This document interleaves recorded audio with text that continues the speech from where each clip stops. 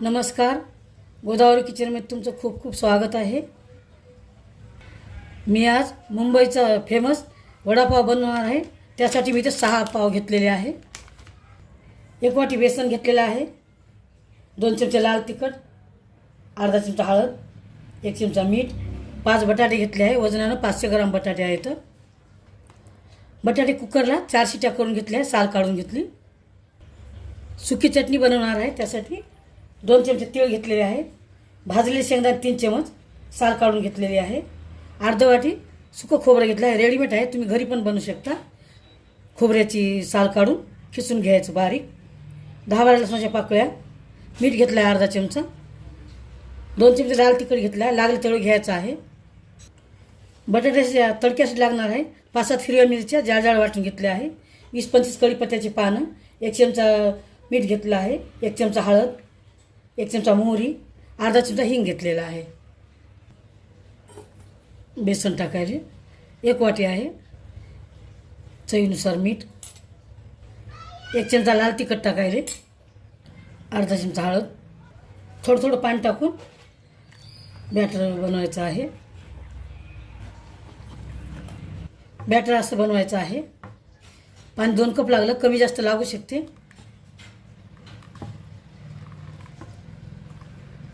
साईडला ठेवूया.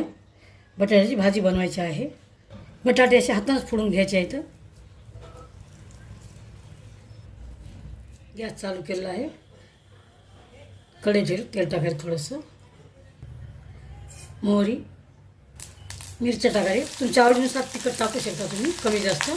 1-2 मिनटं मिरच्या तळल्या की कढीपत्ता टाकायचा, हिंग, चवीनुसार मीठ टाकायचं आहे. बेसनच्या बॅटरमध्ये मीठ आहे, त्या हिशोबावर मीठ टाकायचं आहे. खारट नाही झालं पाहिजे. हळद, बटाटे टाकूया,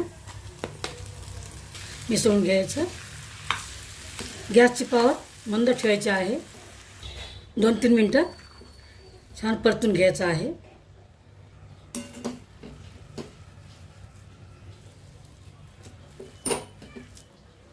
चार 5 मिनटं झालेले आहेत. बाजूला ठेवूया थंड करायला. शेंगदाणे भाजलेले आहेत, तीळ वगैरे भाजून घ्यायचे आहे चटणीसाठी. सुकी चटणी बनवणार आहे. गॅस चालू आहे. तवा ठेवले, थोडंसं तेल टाकायले, लसूण टाकायले. लसूण थोडा भाजू द्यायचा आहे.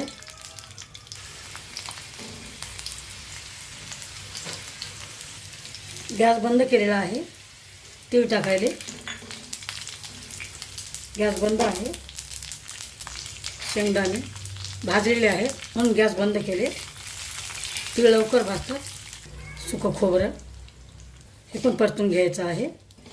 तवा गरम आहे, तेवढ्यावरच भाजले जाते. लाल तिखट 2 चमच टाकायचे. काश्मीरी आहे लाल तिखट, जास्त तिखट नसते. चवीनुसार मीठ. परतून घेऊया सर्व. थंड करून मिक्सर लावून घेऊया. भाजी थंडी झाली आहे. गोल असे गोळे बनवून घेऊया. सर्व असे बनवून घेऊया. झालेले आहे. चटणी मिक्सरला लावलेली आहे. खूप चविष्ट लागते वडापावसोबत. हे असं टाकायचं. तेल गरम करायला ठेवलेलं आहे.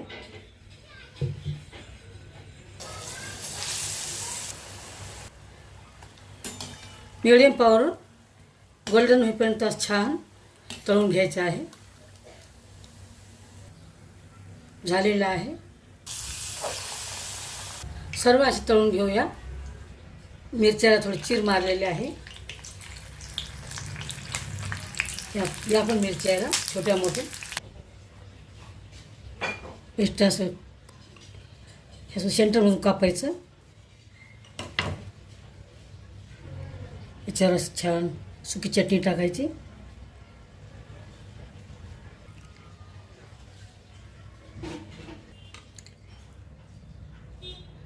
सर्व असे बनवून घेऊया. आपला मुंबई स्पेशल वडापाव झालेला आहे. खूप चविष्ट होते. एक वेळेस करून बघा. रेसिपी आवडते लाईक आणि सबस्क्राईब करा. चला तर मग भेटूया दुसऱ्या रेसिपीसोबत.